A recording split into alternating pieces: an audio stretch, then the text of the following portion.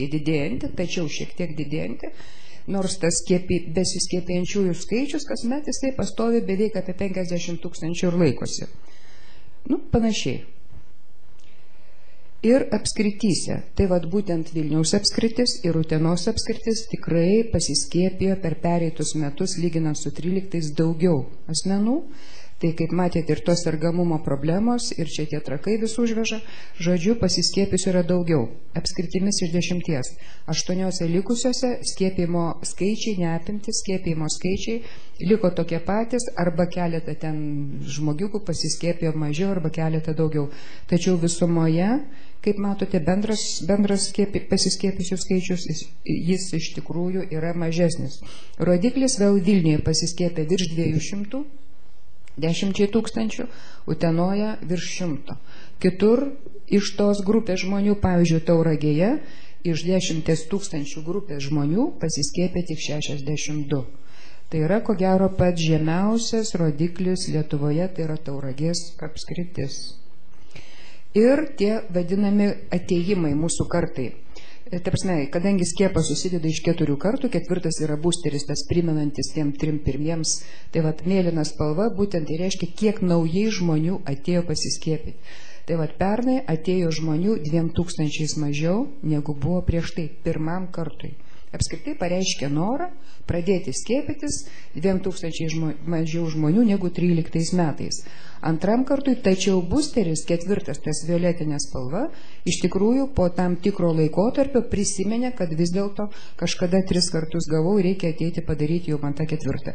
Tai tas skaičius 4, 14 metais, jisai kažkiek tai yra, ne kažkiek tai matot, bet vis dėlto tai yra, jis yra didesnis. Dabar čia vėlgi tie patys revakcinacijos, matote, iš tikrųjų 4 kartas 12 000 yra daugiau lyginant su 11 metais. Ir rodiklis, vėlgi rodiklis, tai 10 000 iš viso pasiskiepė nepilni, kaip vėl paminėsiu, 200 žmonių.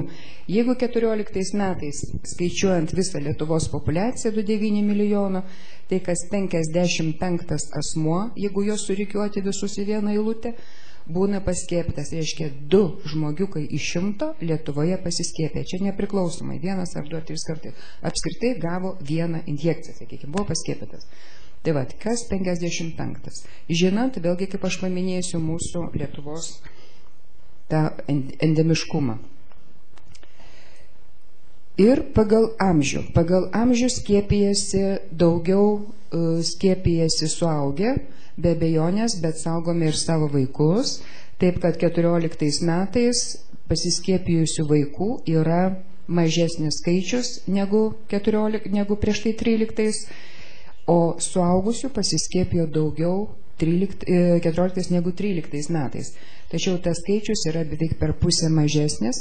Žinant vaikų ūgį, vaikų amžių, vaikų pomėgius, tikrai ir galimybė, kad vakcina galima skiepyti vaikus, tikrai nereikėtų bijoti ir ta prasme rekomenduoti, patarti, kad vis dėlto tas skiepas jis iš tikrųjų yra efektyvus ir galintis apsaugoti. Dabar 14 metai vėl vaikai ir suaugę, vėlgi tai akivaizdžiai matom, kad tai yra didesnių, vyresnių asmenų grupė, daugiau besiskiepijančių ir vėlgi, kur skiepėjasi apskritimis, kokį kartą Tauragė, vėl dar kartą paminėsiu, kad va, tai yra pats mažiausias, ko gero, besiskiepijančių skaičius, o Vilnius ir Utena išlieka lyderiai. Dabar vakcinos yra 2 Europoje registruotos, Lietuvoje taip pat, tai yra Tikovakas, Ensepūras, kaip matot, jų ir sudėtis, ir skirimo indikacijos pagal amžių ir jos yra skirtingos, todėl, kaip dar kartą paminėsiu, tikrai aprašas yra Valstybinė vaistų kontrolės tarnybos tinklalapyje, abudu aprašai VVKT Valstybinė vaistų kontrolės tarnybos tinklalapyje keičiasi, jie yra papildomi priklausomai nuo to, ką gamintojas pateikė, kokius pakeitimus, būtina tai sekti, žinoti ir naudotis tik kartais lapelėje dėžutės, vakcinos dėžutės lapelis būna atspausdintas anksčiau, negu kad gamintojas pateikė rekomendacijas dėl pakeitimo tam tikrų indikacijų. Ir VVKT, Valstybinės kontrolės tarnybos tinklapį, yra pati šviežiausia informacija. Tai vat būtent jie reikia ir naudotis. Ir Pasaulio sveikatos organizacija, kadangi mes esame endeminė teritorija, tikrai dar paminėsiu, kad yra 27 šalis, Europos šalis, kuriuose erkės yra labai aktyvios endeminė teritorijos. 27 šalyse. Ir todėl Pasaulio sveikatos organizacija kiekvienais metais išleidžia tokį, reiškia, rekomendacijas keliautojams. Ir 14 metų dėl erkinio encefalito yra rekomendacija, kad mes esame endemiški, vat visos kitos šalis, Baltijos šalis, ir todėl yra rizika keliautojams gali užsikrėsti. Šitos rekomendacijos yra platinamos visame pasaulyje. Todėl, kaip aš dar kartą paskartosiu, 27 šalis yra raudonos, tame tarpe ir mes, todėl pas mus įvažiuojantis visada jiems yra rekomenduojama skiepytis. Tai vat, aš dabar norėčiau pasakyti, kad mes čia gyvenantis, kaip sakant, pabandykime irgi pagalvoti, kad mums lygiai tas pats yra, iš tikrųjų grėsminga ir rizikinga gyventi nepasiskiepijus. Dabar tas rekomendacijas jūs galite rasti mūsų tinklalapį, apačioje vat adresas nurodytas, ir ten jūs pamatysite, ta prasme, visas šalis, į kurias negalima įvažiuoti, be abejo pamatysite ir mūsų Lietuvą, kad reikia pasiskiepyti pas mus įvažiuojant. O kas iš čia esančių pasiskiepio narkių? Tai visai šaunu, todėl kaip visada sakau, gripas ir erkės, tai čia yra lyderiai. Tai norėtųsi, kad lyderystė tikrai dar toliau taip pat tęstųsi, išliktų jinai, ir tikrai sėkmės visiems. Nesusirgti, o kas nepasiskiepė, pasiskiepyti. Ačiū labai.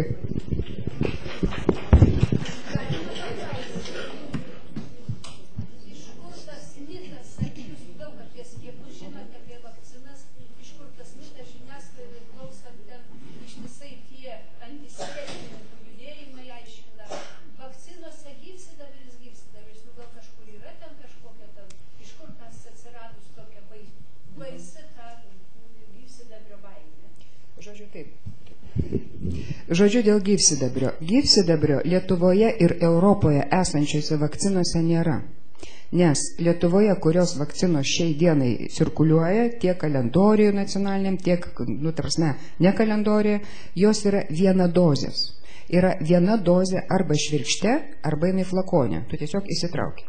Dėl ko reikalingas buvo gyvsidabris? Todėl, kad jeigu buvo, ir pas mus kažkada buvo, daugiadozis flakonas, 10-20 dozių flakone, dėl galimybės, kad nebūtų,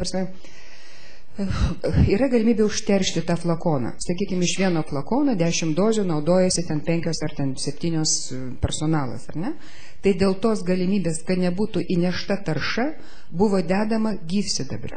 Bet tas gyvsidabris nėra ta cheminė formulė, apie kurią visi šneka. Jis yra kitokios cheminės formulės.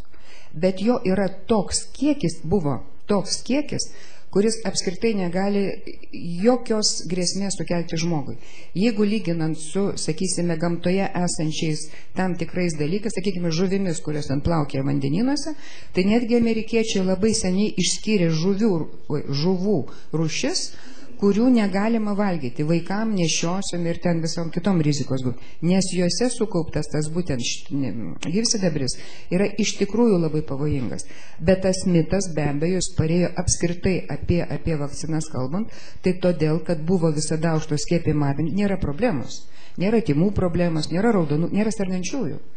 Nėra sergančiųjų, nėra problemos, o tai ką čia sugalvojo dabar, suprantat, vakcinas, ir dar ten kažkas ten tupi, kažkokie tai negeri dalykai.